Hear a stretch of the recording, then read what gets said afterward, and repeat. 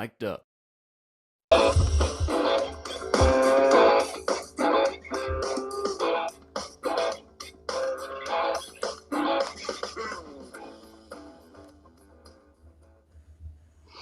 Hello, everybody, and welcome back to Yankees Coast to Coast with me and with him. That's Michael Miller, the funny-looking fellow with the big nose and the Yankee cap, and the great-looking guy, Adam Schneider, here with you right now. Happy, without a uniform, though I am wearing my Monterey shirt from our great trip to play ball this week. Great to see everybody, all three of you. Thank you for participating in our hour of Michigas, because that's what it is, plain simple. How are you, Michael? How you feeling? I'm doing good. I'm still in recovery. But I will say this, if you want to leave us a message, all three of you, please use the microphone below. Push the button and leave us a 30-second message. As a matter of fact, leave us 47 messages, and you'll get 23 and a half minutes of our show. We don't care. If you want to talk, just talk. Everything. We're listening. We're happy. It's got to be better than listening to us. I know. I can't. So we are recovering. Just so you know why we didn't have a show last week. It's because we were too lazy to do a show in Monterey. We decided we were going to eat breakfast instead on Friday. Was it Friday morning? Saturday morning.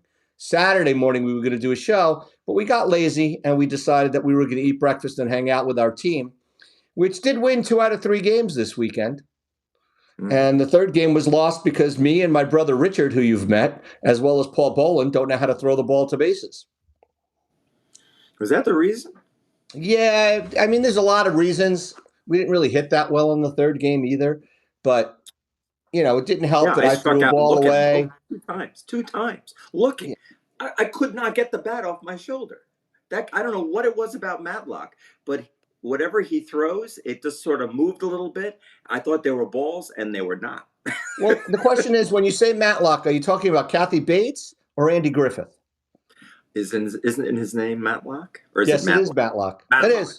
But, Matlock. You know, people don't know the guy we're playing with, and they know that Andy Griffith was Matlock, and now Kathy Bates is going to be Matlock. That's right. Needless to say, I didn't know about Kathy Bates. And I will tell you this, I've not seen a guy in a long time hit a ball as hard as Paul Boland did during the 2 games he was there. He played only 2 out of the 3 games, yet he led our team in hits, doubles, triples, and RBIs. That's right. And it seemed that everything he hit right on. Beautiful left-handed swing. Beautiful. And if he hadn't chosen circle as his shape, he probably would have had 4 triples. He did have a little trouble getting around bases. It was a little harder. At one point, I went up to him after his 3rd triple or whatever, his 2nd triple. I said to him, I was coaching. I said, you must be having a great time. He goes, ask me after him. Please ask me that question when I'm not running around the bases. Okay. And then meanwhile, I hit one over the center fielder's head and end up at first base, and you guys are all yelling at me because I just stopped. Why did you stop? We were ahead by so many runs in that second game, and I was like, fuck it. Oops, sorry. I said, forget it. Of course, Paul came up behind me, and the bastard hit a triple, so I had to score from first. It was unbelievable. I actually had to run 270 feet just so the guy would get an RBI. That is a long way to go. I actually had to do that twice for him. It's the only time I really had to run was when Paul was behind me because I didn't want him to lose out on an RBI because I was a slow, fat guy. That's right, and you certainly are. I absolutely admit to it. But it was a great time. We had some good people who made really a long trip, and it was tough because getting home at 5 o'clock in the morning, 6 o'clock in the morning. If you're going to do it, you really might as well do a red eye home, and it was just great. I just want to get my computer back up. There we are.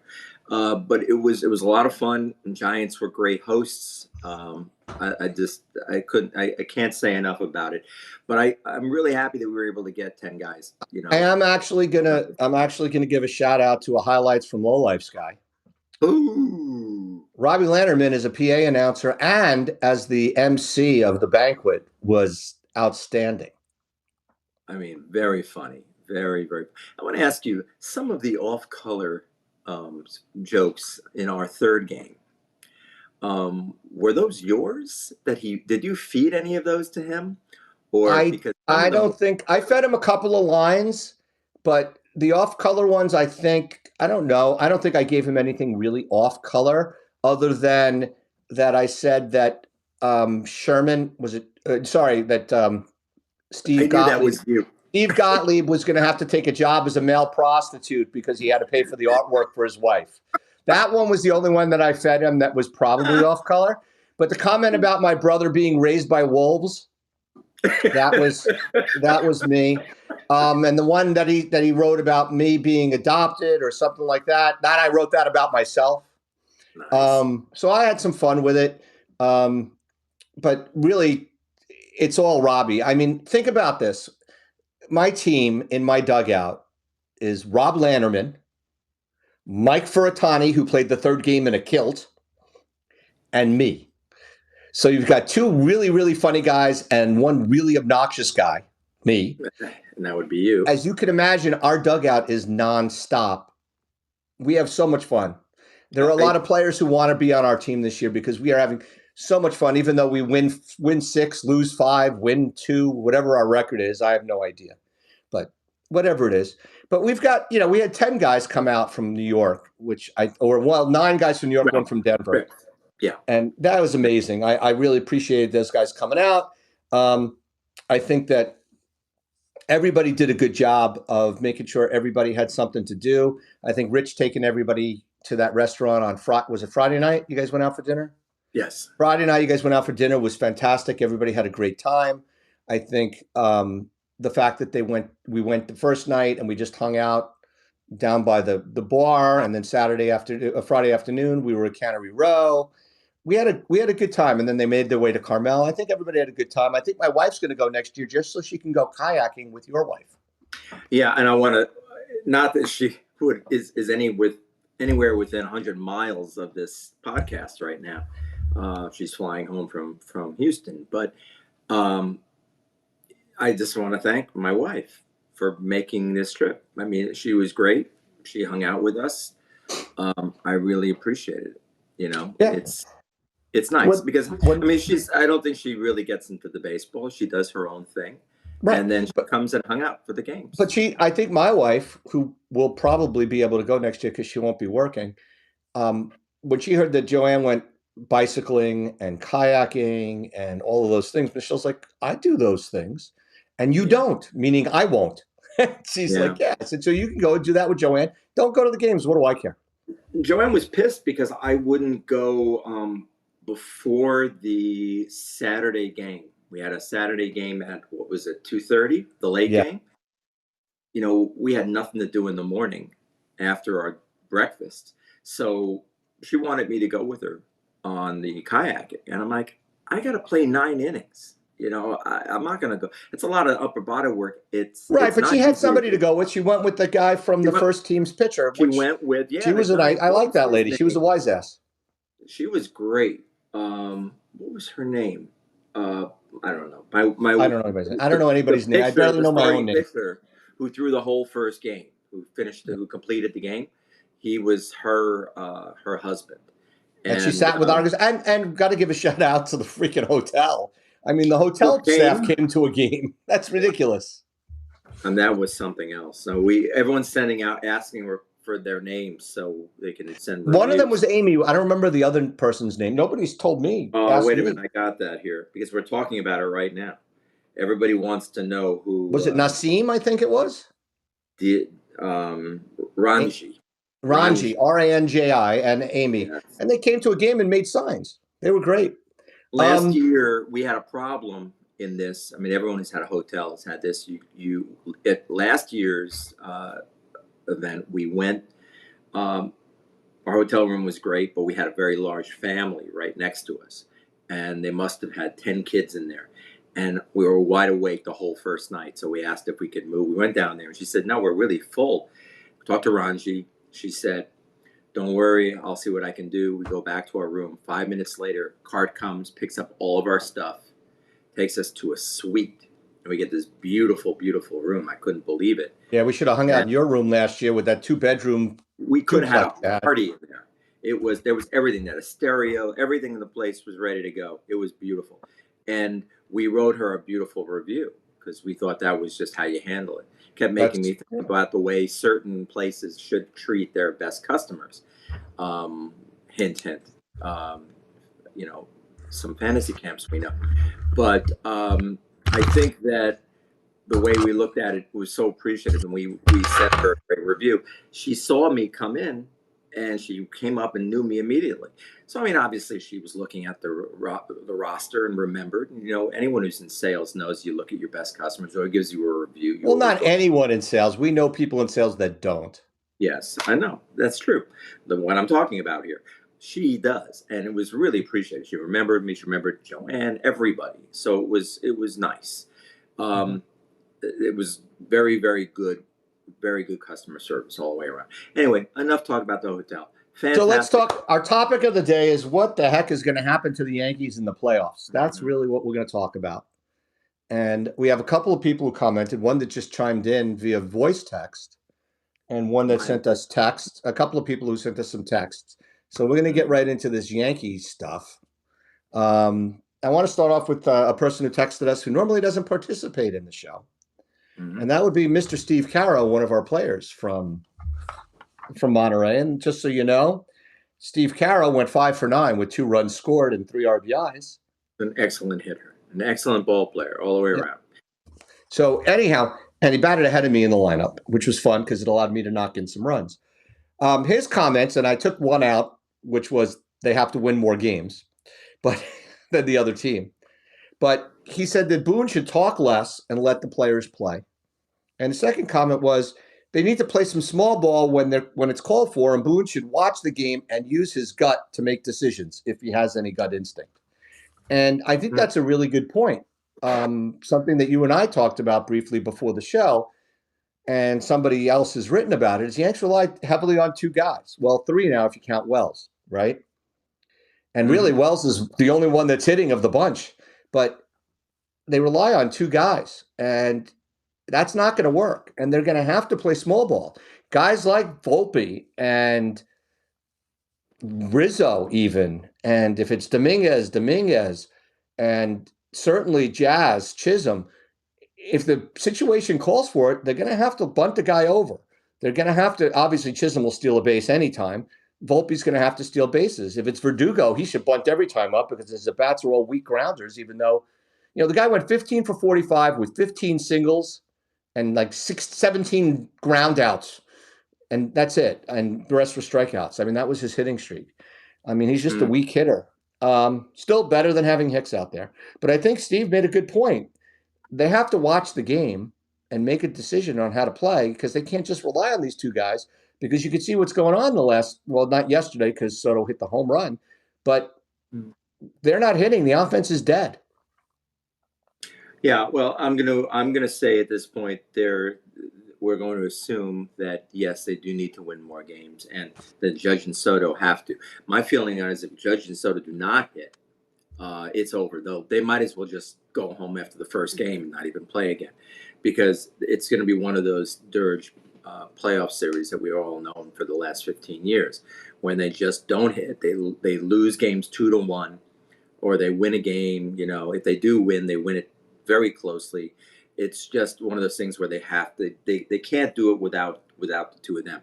So wherever they go, it's on their shoulders. They do well, and then they have a really good chance because other things have to happen still. But it's not even a game. It's not even a series. It's not even a playoff. If they don't have those 2 guys at full speed, which is why I think they probably should give them both a little rest, maybe a little bit. What's his name's foot got hit yesterday? I don't know about him. Well, if Maybe he's a give him a sore foot, day then off. yeah, I mean, if they got it banged up, Give him a day off. In well, a week or two, they're going to need. They're going to. I know they have to win now, but maybe if they're able to walk into this thing with something of a cushion, not they're going to have much, but if they can, give them a day off. But that being said, there's another thing that I think they have to do. Probably the most important thing of all is get more of last night out of Weaver. I think they need Weaver to be their closer. Um, I like his 97 whip, and he doesn't give up hits. He doesn't walk very much, and he's got strikeout stuff. I think he's a closer. I don't think he's experienced, but you know what? Mariano wasn't either in 95, and look what he did when he came, and he basically got them through that series In until 97 and 96, he had no experience setting up for Wetland. In 98, he was the closer. yeah, I So, mean, he always, one way or the other, stepped up as a very young player without a lot of experience. 97, yeah, he started the season, he wasn't even on the roster. Halfway through, they bring him up. He's not very good as a starter. He becomes a great bullpen arm in the playoffs. I remember him he was Showalter's guy in 97 and 95 as a very, very young player. So they need someone like him. They cannot go in with Holmes. Holmes is a sixth inning guy now. Leave he him wasn't even there. that. Yesterday, he wasn't even that. He blew the game yesterday. They brought him in a high So leverage situation in the seventh inning at the top of the order no, and proceeded they to blew allow it. 3 hits and a run. I By the mean, way, Weaver's not a young guy. Weaver's 31. that's fine, but I don't think that he's had a lot of No, he doesn't experience. have a lot of experience. I mean, that's the other thing I wrote down is that the bullpen depth and the lack of playoff experience could come back to bite them. I mean, Right. we feel the same way about Holmes. I mean, even yesterday, they did bring him in a high leverage situation, a 2-1 game in the seventh inning at the top of the batting order with the Royals, which is Mm-hmm. where all their hitters are, and he blew it. Yeah. But, so I don't know what he can be trusted to do. Cousins and Weaver have been good, but, what And happens in the Hamilton, playoffs is a different animal. Hamilton is back from an injury. I'm not a big Hamilton guy. He's hopefully. been around a long time, and he is what he is. And I think the better hitters can hit Canley because when you throw 97 changeups in a row, No, people no, can hit it. no. I'm with you. It's Absolutely no way does he make my circle of trust. There's no way he's going to be there, but he's not the guy. He can't be I someone have you him can ahead of count on. Holmes. I have him ahead of Holmes. Yeah, because Holmes is a mental eggplant. There's nothing there. There's nothing. Dead from the And then neck up. Hill is what Hill is. Hill is a lefty specialist that can get out there and get some outs Mm-hmm. because he's so funky. But obviously he's not the ultimate high leverage closer guy either. And then the question Got it. becomes who goes to the bullpen from the starting rotation. I believe it's going to be Schmidt and Cortez are going to be in the bullpen because those are the Yeah. two guys with experience in the bullpen. Heel has some experience in the bullpen, but he's too good a starter for them. No, he's So one of their Schmidt could three. He's be, one. yeah. So Schmidt could be their 2 inning guy. He could be what Rivera was to Yeah. Wetland, except the Yankees don't have a Wetland. And I think Schmidt could be the guy as long as he also, command issues sometimes come to fruition with Schmidt. What do And you then think of about course you Stroman? have what? Well, that's the whole thing. Is if you go to 4 star, and Stroman's not a reliever, I would have Stroman in the rotation before I'd have Cortez. And if you have 4 starters, you need to have Schmidt and Cortez ready to go to piggyback behind Heel and Stroman. Stroman's a 5 or 6 inning guy, even when he's effective, whereas Heel throws a lot of pitches. I mean, we saw that last night. He pitched 5 innings. What he pitched 5 innings of 1-run baseball, but he was at 96 pitches or 94 pitches. He's got to have better command. So you're going to have somebody to piggyback behind him. And you need somebody to Yeah. piggyback behind Stroman because he's a 5 or 6 inning guy. And then obviously Cole has to be Cole and he has to get rid of this home run bug. And Rodon has to be, he's been better the second half, but he's had some rough starts where early in games he's not been effective. And he's got to figure that out because that's why they give him the big bucks is it's supposed to be Yeah. Cole, Rodon, and somebody. Do you know how many home runs without looking Carlos Rodon has given up this year? 34. That's bad. 28. Yeah, 28 and But what? he's 32 starts. in 29 starts. Yeah, I mean, I was just So picking it out of my butt here. So I mean that's a lot. And now he's got well, look at 181 Cole strikeouts. Cole's and given look up at 11 in in 75 innings, 14 starts. So not much better. Um, not better at though I don't all. think Cole is, but Cole also hasn't killed himself. Cole, as usual, gives up a lot of solos. He doesn't give Yeah, up a lot of 2-run, 3-run homers. He is good in that situation. He hasn't given up that many runs. Now Cole's whip is an alarming 1.24. That's like last year. I think it was 1.1 maybe. I mean, yeah. I The just some of these 1-2-4 is not guys. awful. No, but but Stroman at 143 is, and that's something that just can't do it. So those guys really aren't going to do it. I really got to tell you, Jay Cousins. Wow, what a season he's having. He's really Unbelievable. something. I mean, He's who another is guy, he? he's come out of nowhere. Yeah. I mean, he's been around a while also. He's 30 years old. It's not like he's God. been pitching elsewhere and been good. Matter of fact, he doesn't even have the career credentials that Canley has before he came to the Yankees. And again, my feelings.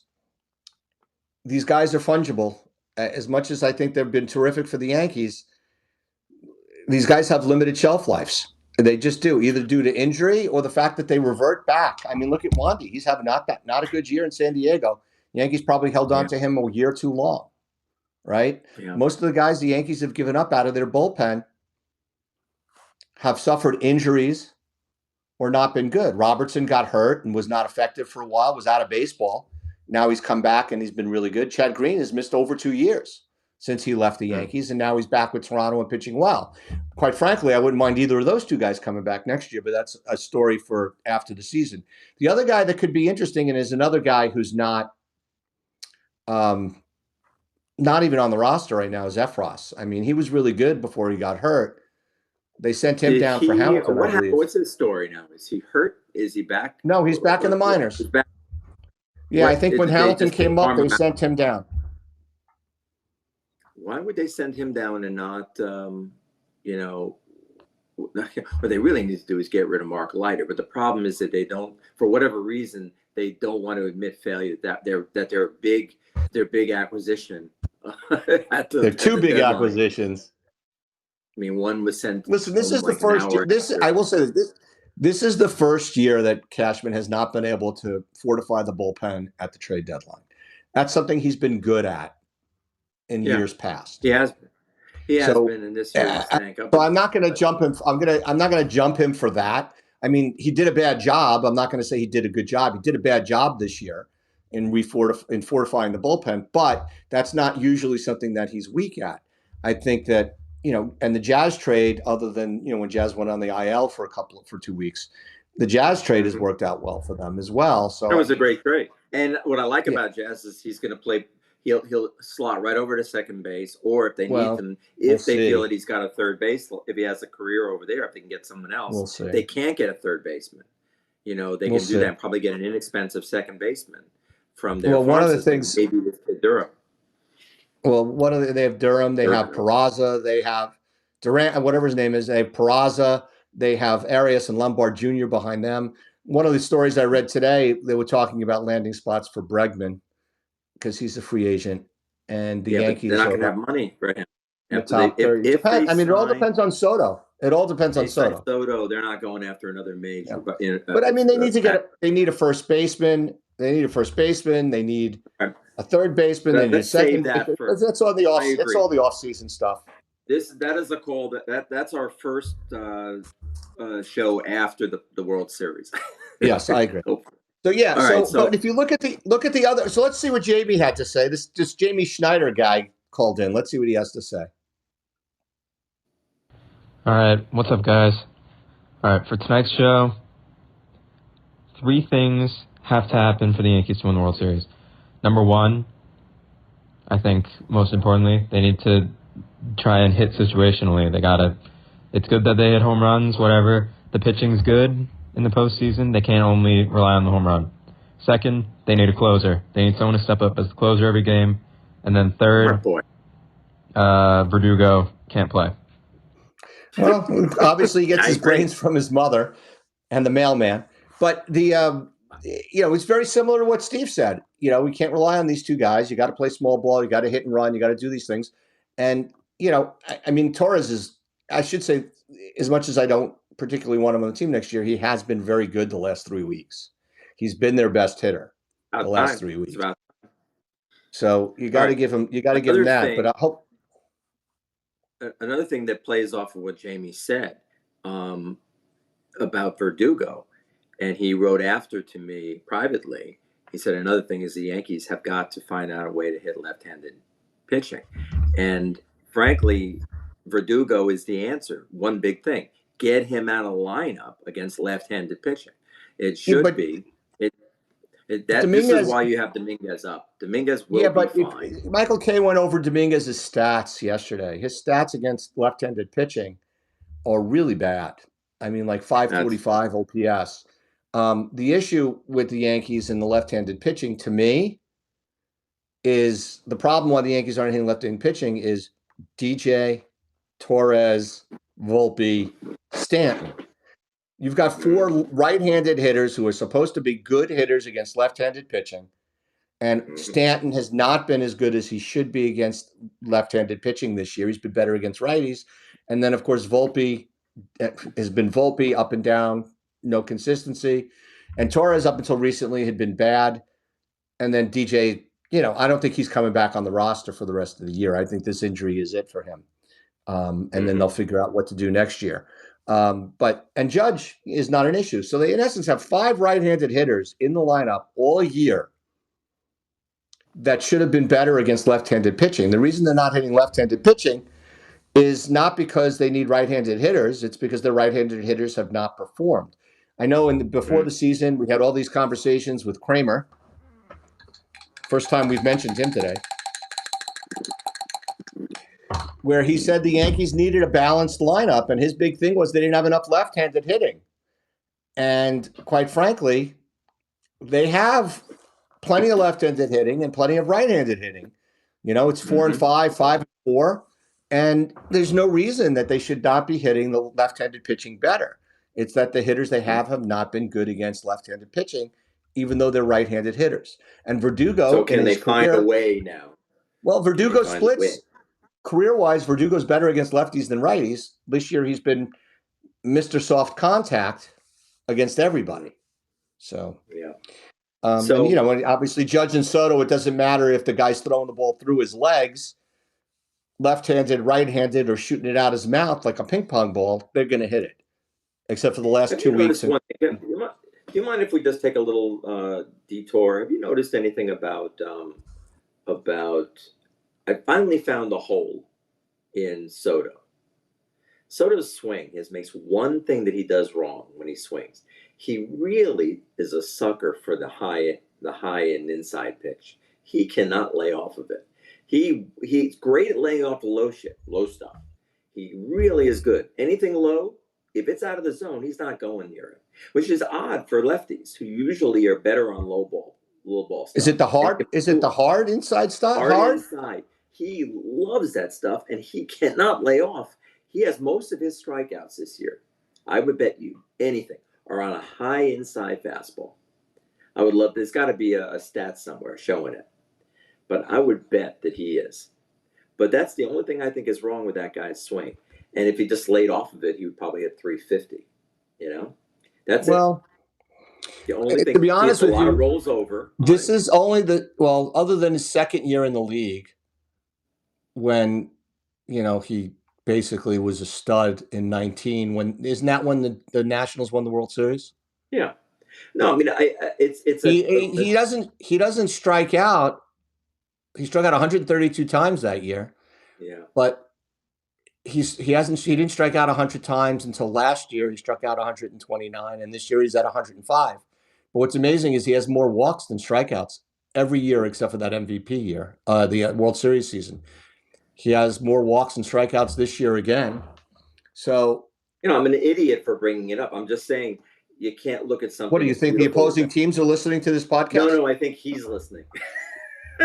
His feelings will be hurt, and he's going to say, "I'm not coming to the Yankees." It's because that. His feelings are going to be hurt, and he's not going to do our show. Is that what you're afraid of? He's not going to do our show, and he's not going to sign because of me. I think you're more worried about the opposing teams watching our podcast, and that's going to piss off Soto, and that's what's going to happen. Yeah, there it is. They're throwing nothing but inside fastballs to him. I mean, if you think about it, right? If you look at the Yankee stats this year, Stanton struck out 128 times, Soto 105, Judge 156, Volpe 143, and Torres 122. That's a lot of strikeouts. The 145, whatever, for a shortstop. For a non-power hitter. Focused infielder is horrendous. And that's worse. He only has 37 walks. Yeah, that's amazing. So his slugging percentage must be horrible, right? No, his on base plus slugging is horrible. Yeah. His on base percentage is under 300. I mean, there's no excuse for Volpe having a on base percentage below 300. 143 strikeouts is unacceptable. We're going to talk about this again and getting ahead of ourselves in the offseason. If the Yankees could go to Milwaukee and say, listen, you need a shortstop. Adames is leaving in free agency. We'll give you Volpe and Pereira and another prospect. Give us Devin Williams since you don't want to pay him. I would do that if I was the Yankees. Yeah. I mean, Jamie is chiming in here. He's saying, Volpe cannot be a non-factor in the playoff run. Nope. He just can't be. And this is that's my number 3 thing. I have 3 things that I know. We're talking already about Weaver as closer. I also say that Hamilton and Cousins have to really step up because I don't think there's anybody else in the bullpen that I think I can count on to be the strikeout type that they need to that swing and miss stuff they need for a playoff run. But they need to get more contact out of their infield, out of Glaber, Volpe, and Rizzo. And I'm not worried so much about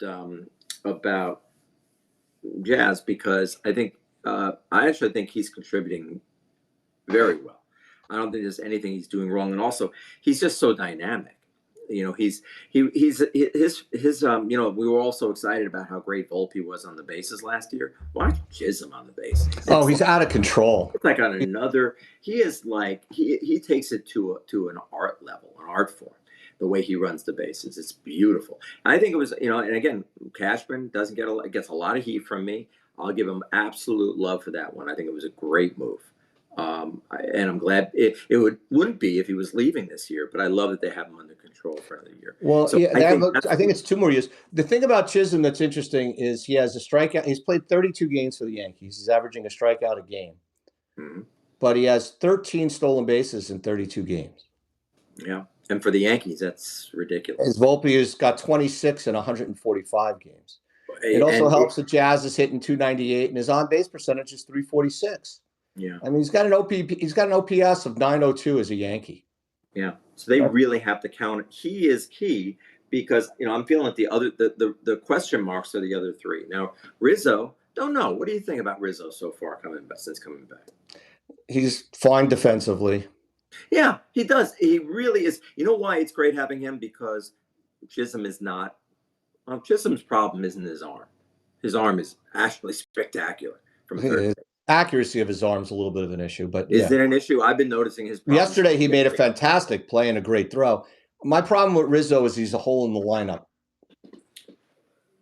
I was hoping he wouldn't be, but he's not as big. He's not as big a hole as DJ, but he's a hole in the lineup. Let's see. What's he been doing right now since coming back? Nothing. He's been terrible. Do you think Ben Rice ever gets a chance again, or do you think he hurt himself? Next season he'll get a chance. So in his last 5 games, Rizzo is 2 for 16. Yeah, not good. But he only has 4 strikeouts, 2 walks. And amazingly, I don't think he's gotten hit by a pitch. Really? Yeah, and that's the last 5. So that's not a super sample size, but he has not been hitting since he got 2 hits 1 game, and that wasn't in his last 5. And he's striking out a lot too. He's got 8 strikeouts in 32 at bats. Yeah, he's a hole in the lineup, but you know what? He's not as big a hole as DJ was. But he also on defense, like yesterday, he was having problems in the first inning, and he went out to the mound.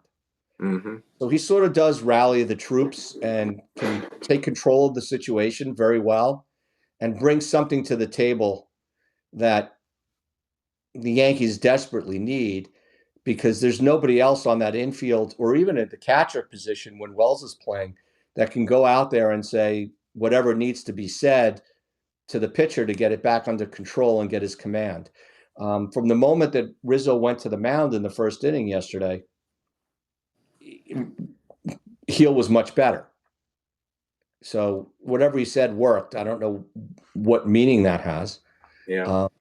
My brother said something to Paul Boland when he wasn't throwing strikes in Monterey, and for some reason Paul said that worked, as opposed to when I went to the mound, I had nothing to say, but the umpire told me what to tell Paul to do, but that didn't work. Okay, so we have a couple other questions. We've got Jeremy, who is saying that Garrett Cole has to be. Who's Jeremy? Jeremy who? Jeremy is my nephew, Jeremy Schneider. Garrett Cole has to be the ace he was last season. He's got to win every game he starts.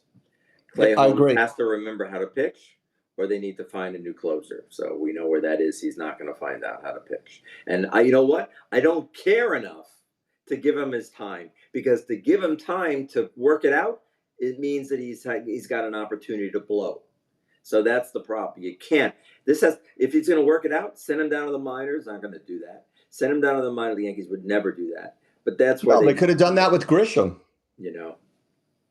So I mean, they're not going to do that. Did you know Cortez was starting tonight? Is it a piggyback? No, he started. Really? Oh, I don't want to know what the score is. It's 87-76 after 1/3 of an inning. Thank you. It's like one of our games. We had a game, folks. I digress. Where first game we were down 7-0 in the first inning, and then it did not look good. And Mike came in to relieve. It was 5-0, nobody out when I came in the first inning. All right, so then you probably gave up a hit or a ground ball or something. Nope. We gave up a base. It was a base hit, but we got the force at second, so that's not a hit. And then they got a sac fly, so it was 7-0, and then we got out of the inning. I only threw like 7 pitches that inning. All right, so we got out of the inning. We're down 7-0 in the first inning, and then we scored 7 runs in the second inning to tie it back. The fact that I threw 7 innings on Friday and 8 on Saturday, I don't know how I survived. I still don't know. You were great. You were great both days, especially day 1. Day 3, I did everything in my power, and day 3 did not pitch. We had pitching tryouts in the bullpen before the game. Yeah. Robbie Benson, not that Robbie Benson, said he hadn't pitched in like 10 years. Yeah. And we put him in the game because he was the best strike thrower. And it looked like it. He had his. Hey, he got us out of the inning. But very, very funny. 7-0. And what I love is we're walking players like we always do here in Jersey. And I see Jamello's going nuts because whoever is. Carl had a 3-0 count. 3-0 count with the bases loaded. And he just went on a pitch that was nowhere. And by the way, they scored those 7 runs on 1 hit. And Carl got the 1 hit. On the 1 hit, they scored 7 runs in the first inning. And no errors. We made no errors that inning, and they scored 7 runs. Our fielding was very solid. Until the third day, we really were very solid. Well, in the third game, we turned 3 double plays in the first 3 innings. It was impressive. Not to mention the hidden ball trick that we pulled on Mike Furutani. Who the hell was that? That was all Mark. Mark, it was great. Mark Caro and I were, because I yelled I thought they were going to pull it on us, and I wanted our guys to be awake. So Mark Caro, and I saw Paul walking around the back of the mound, and I was like, all right, they must be doing something because Paul has never walked around the back of the mound. So I started yelling at Furutani from shortstop, and Furutani started yelling back at me, and he stepped off the base. And that's when Mark tagged him. And then Furutani took off his helmet and literally punted it. And I'll hear about that on Sunday when I get to my game because he's on my team. Because Mike Simon and I had pulled the hidden ball trick a week earlier on somebody else. Yes. It was great. It was very, very fun. Very, very enjoyable. I wouldn't say it's baseball, but it was good. No, we have a very solid defense, I have to say. We did. It was very solid. I don't think we didn't drop a fly ball. The entire weekend, we did not drop a fly ball. And every team we played did drop a fly ball. Yeah. We may not have gotten to a fly ball because we're old and fat, but we didn't. When we got there and our glove was on it, we caught it. Unless Pruitt dropped one on Sunday. Maybe Pruitt dropped one on Sunday. Yeah, we had one out there. Yeah. One that So won. getting back to the topic at hand, I do want to talk about the other teams in the playoffs. So you got the Orioles; they're going to make the playoffs, right? Of course, we all assume that the Yankees are making the playoffs, right? But the Orioles are going to make the playoffs. They have no playoff experience, right? And their starting rotation is Burns and a bunch of guys. Although Zach Eflin seems to be able to pitch against the Yankees, Dean Kramer, not Dan Kramer, but Dean Kramer, he's been nothing.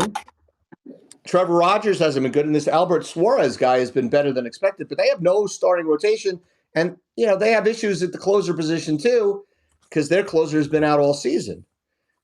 And Kimbrel is not exactly what you call a closer. The Guardians have had a terrible offense the second half, except against the Yankees. But they play the type of baseball that wins in the playoffs: high contact, run aggressively, high contact, hit and run. And then I think they have and nobody a guy strikes out who on is that. nobody strikes out. I think they have a guy who's equivalent offensively to Soto on that team in Ramirez. I just think he's incredible. Juan. What about what's his name? And Quan. I love him. Well, Quan's from here. I coached against him when he was in high school. Quan is a punch and Judy hitter for the most part, but he's having a terrible second half, but he's still he's sitting near 300. But Ramirez him and Soto are so, they might be the two best hitters, I think, in the American League, except for Judge this year. But you know what I mean. Pure hitting. Yeah. And then, of course, you have the Astros, who were crap for the entire half a season, and now they're the best team in the American League. They make me so mad. And they have the pedigree, but they have starting pitching issues too. And their starting pitchers have the same issue that Rodon has. They can't get out of the first inning. But, they have Valdez, who's their stud. And then really Hunter Brown, Spencer Arrighetti. Come on. They got nothing. No, then you got the Royals. You got to really wonder about some of these teams. There's some interesting new blood in the right. The Royals have no playoff pedigree. Not that I think Witt's not going to be a stud, and they have a worse bullpen than the Yankees. Yeah. What about the Detroit Tigers, man? Let's get to the Twins, who are in the playoff spot first. Everybody says, well, they can't beat the Yankees. Well, who knows? But the Twins have offensive issues, not just their smell, but their team doesn't score a lot of runs. And if you look at the standings, the Tigers are on fire. They really are. That's amazing. They've overtaken the Red Sox, and Mariners are. I still can't believe the Mariners with that pitching. Is their offense just terrible? Their offense is bad. Their offense is not good this year. Well, they've got a 45-run differential, which isn't that great. But run differential is meaningless. Look at the Yankees. Look at the Yankees' run differential. 124. Yeah, but that's so misleading because they lose games 4-3 and 3-2, and then win games 14-2. Their offense is completely inconsistent. Run differential, which is usually indicative of things for the Yankees, it's not that indicative because they win blowouts and lose close games because their bullpen bites the big one.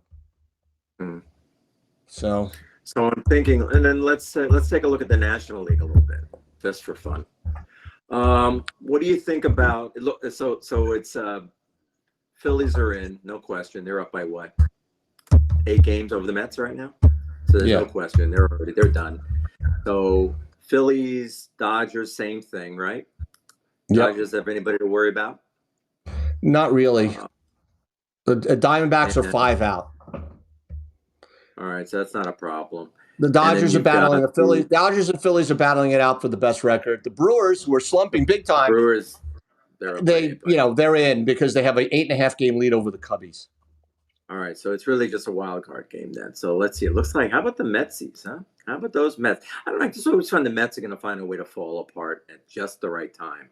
And the Mets and the Jets, they go together. But the Mets have a 1-game lead on Atlanta and a 5-game lead on the Cubs for the 3rd wild card spot, and they're only a 1.5 games behind the Padres and 2 behind the Diamondbacks. So the Mets are playing good baseball. And that game yesterday where the pitcher, what's his name from the Blue Jays, had a no-hitter through 8 innings, and then what's his face? Shortstop. Why can't I remember the Mets shortstop's name? He's the best player on their team. not Felix Green. Anyhow, he led off the 9th with a home run, and then they went and scored 6 runs. So Who knows? Right now, the Yankees have a game and a half lead over the It's Orioles. Lindor, and it's Lindor. Yeah, Francisco Lindor hit a I home run, wanted and to then see the how team long went it would berserk. take you to get it.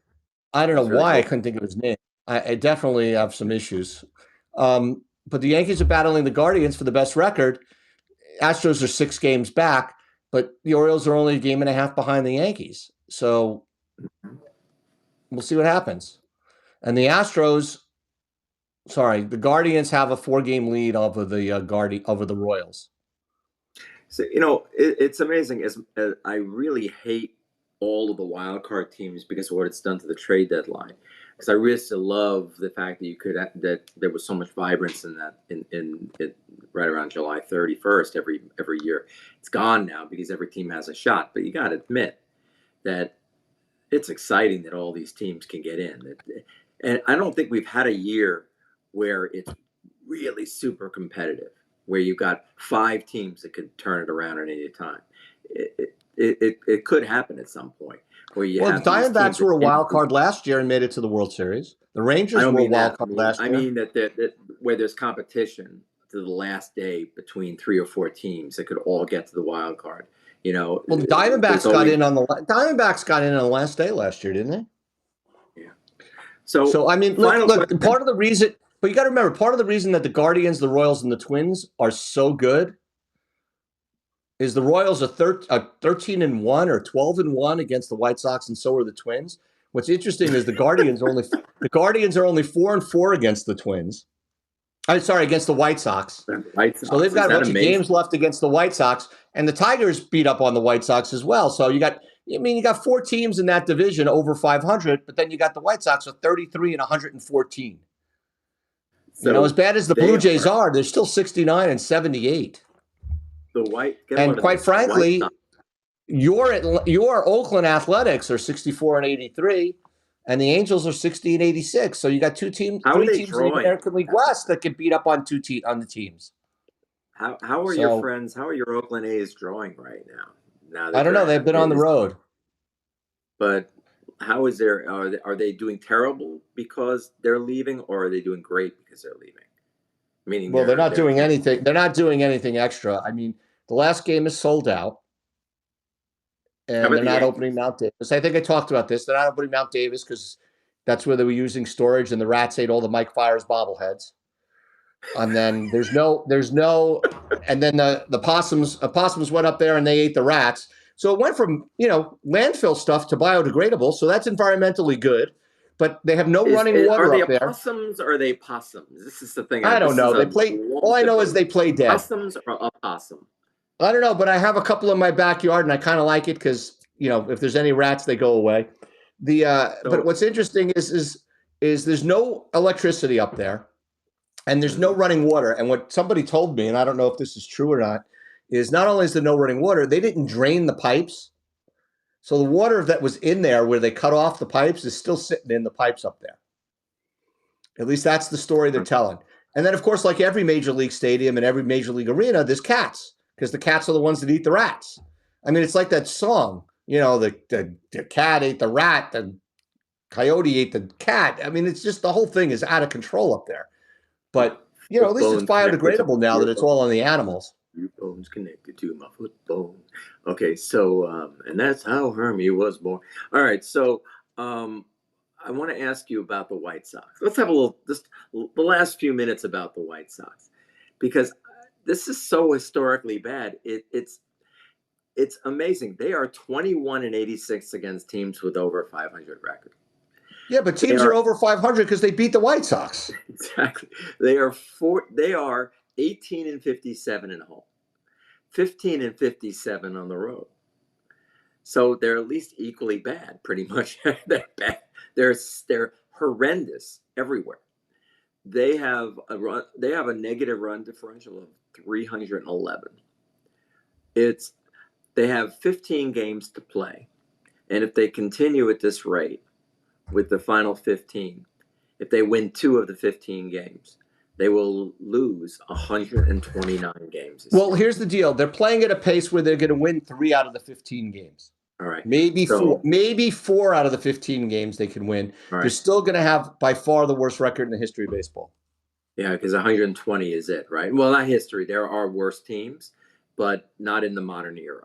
Not since I the think year not since the year 1900. so. That's the modern era, right? Is that what they consider the Yeah, modern? 1900 is the modern era. That cracks me up. So The modern era should be pretty much after integration, perhaps. But what do I know?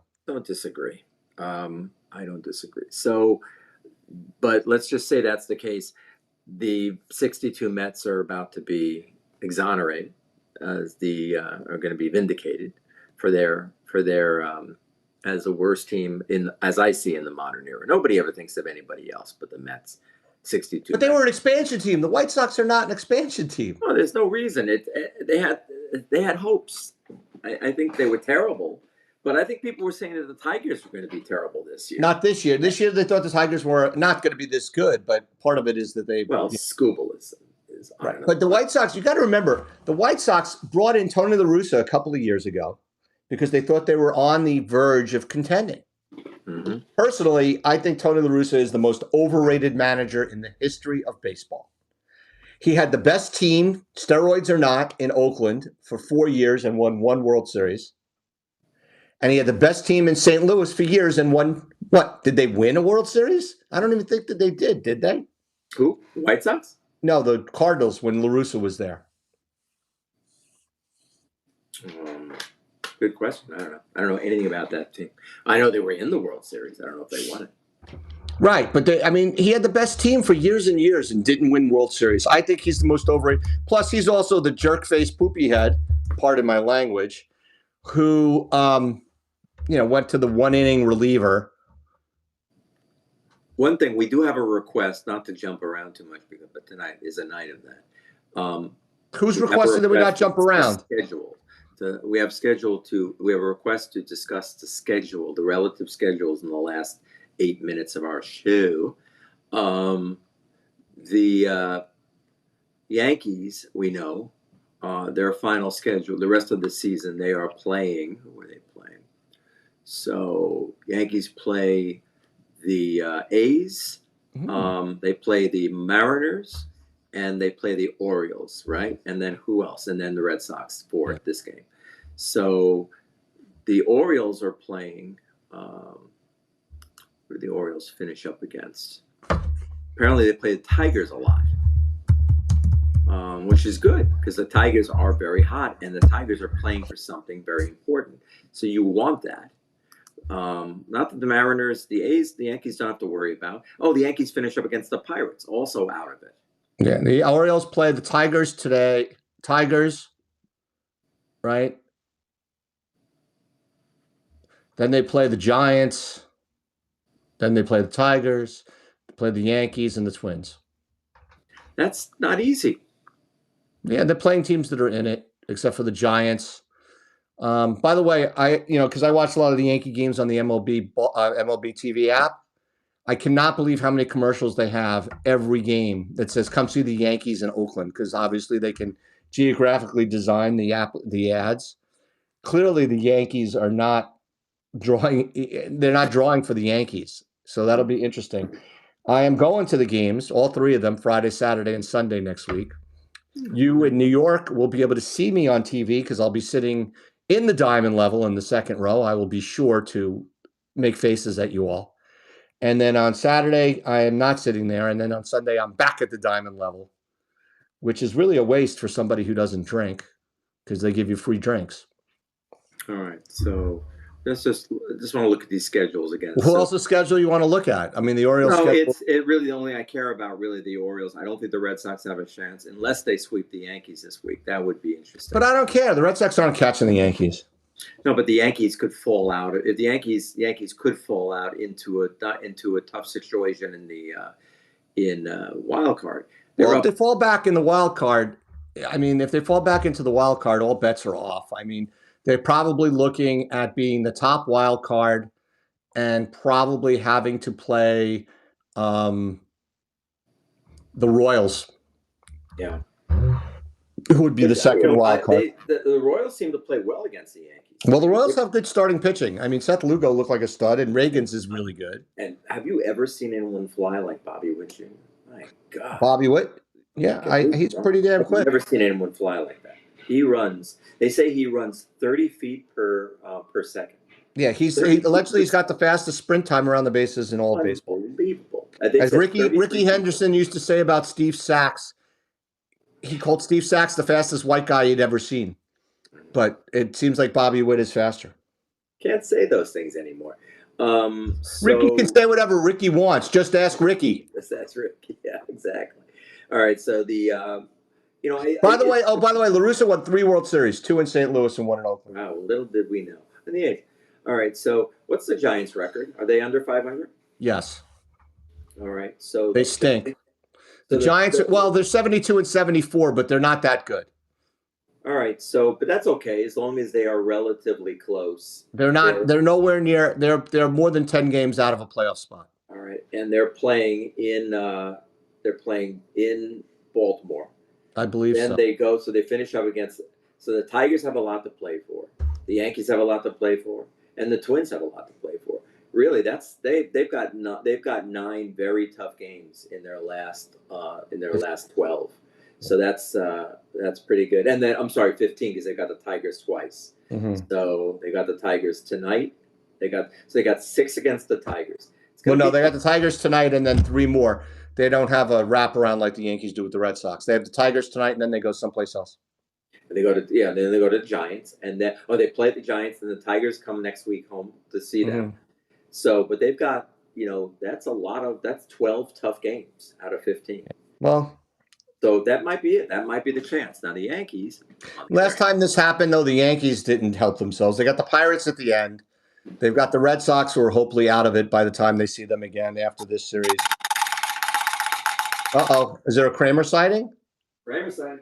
But no, I think that's what's got me very concerned. If there's anything, it's that the Yankees will play down to their competition. Well, the Yankees haven't helped themselves. I mean, the Yankees have been so inconsistent. Their offense has been horrendous. Mm-hmm. I mean, the whole division has been bad. The Yankees and the Orioles are 5-5, and that's the best record in the last 10 games in the division. What does that tell you? I mean, it's terrible. Yeah.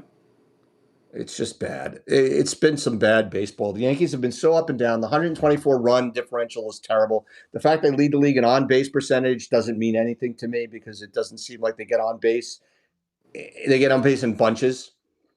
And, the fact that they have more home runs than anybody is really due to 2 guys. I mean, it's just not an offense that's